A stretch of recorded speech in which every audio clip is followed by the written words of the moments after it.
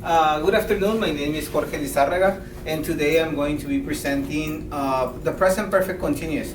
Common tense that is used in the US in English form, but we tend to misuse it. We tend to make a lot of errors using the simple past continuous with it. So first of all, let me write what we're talking about. We're talking about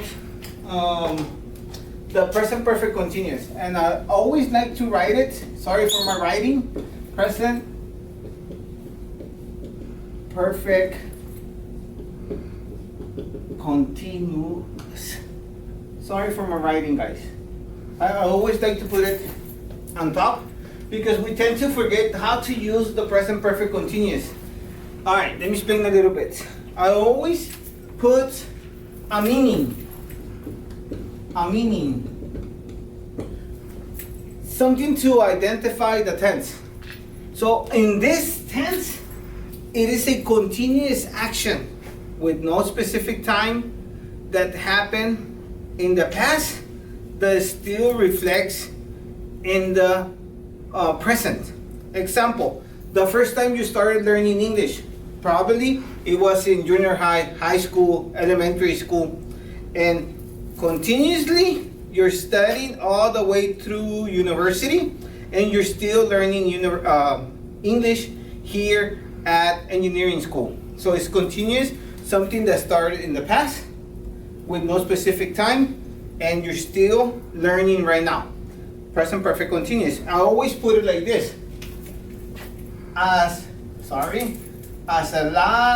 A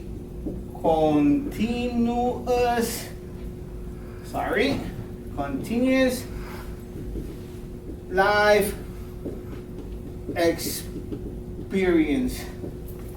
Something that you experience, but continues all the way through the present.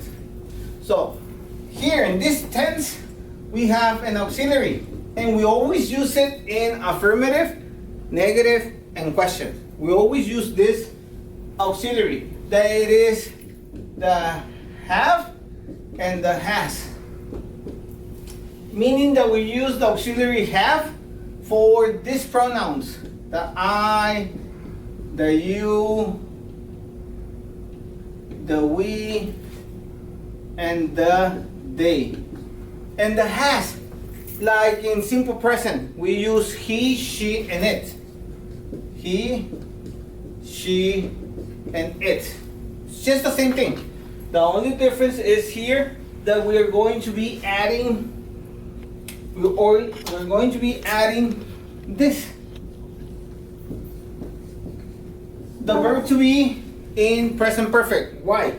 Because we are using the tense perfect, but it is continuous.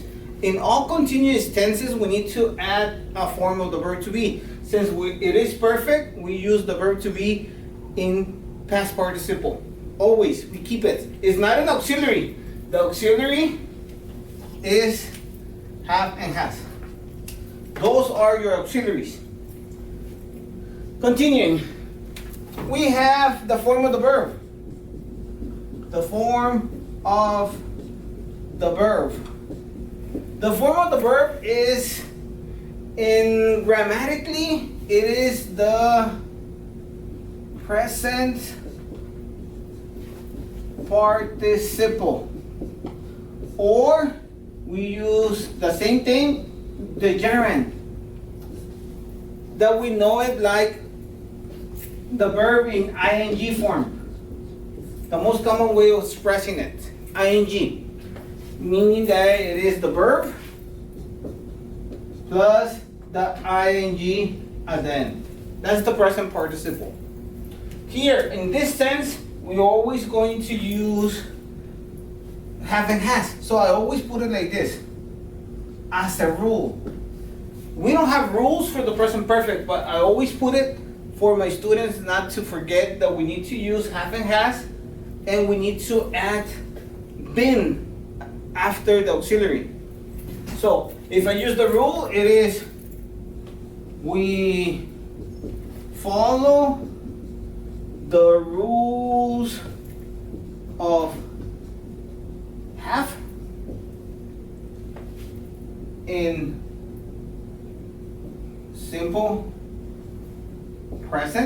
Why? Here, have, has. This is the rules in simple present. That's what you're learning in simple present. Okay? So we follow that. And after that, and then we must add, and then put it like this: been,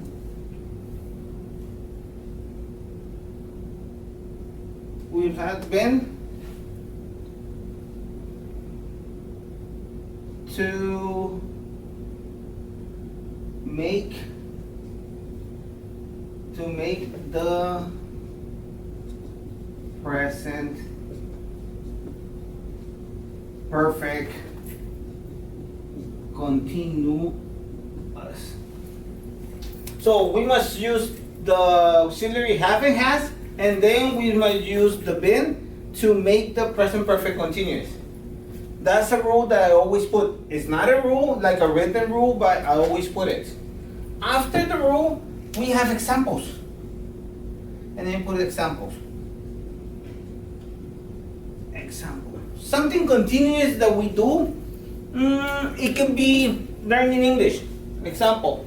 In a situation in the past with no specific time, we have a life experience. We're learning English. She has been learning English. Let's put since elementary. Elementary. Right there. So we don't have a specific time, and we have the present perfect continuous right there. So we use the structure. We have the pronoun plus an auxiliary plus the been plus the ing of the verb plus the noun. Okay? So we have it right there. Why do we use has? Remember this. We have the pronoun, we have the present with has, we have the perfect with the been, and we have the ing with the continuous. So we have present, perfect, continuous. We have it right there. Example, it is not a rule, but we can see that it is the present perfect continuous, like I put the title on top. If we have it in negative, we can use it in negative. She hasn't been learning English since elementary. We have the negative part right there. We always gonna add the negative with the auxiliary, always. And then after the negativity, we are going to add the been right there. Okay? If we have a question, in questions, we move the auxiliary where the pronoun is and the pronoun where the auxiliary was. So it will be like this. Has she been learning English? And then we have the question mark right there. Of course, it will be since elementary and the question mark right there. Since we start with an auxiliary, our question is a yes or no question. And we're always going to start answering with a simple yes. She has. And I always put the been to indicate that it is continuous. So yes, she has been, or a simple no. That it will be no, she hasn't been. Because we started with an auxiliary right there. If I want to know more information, I'm always going to use in front of the auxiliary a WH word. Here, let's put why. Why has she been learning English? or where, let's put, to make more sense. Where has she been learning English? And since I'm using where, I'm asking for a specific place, meaning that she's gonna tell me, oh, at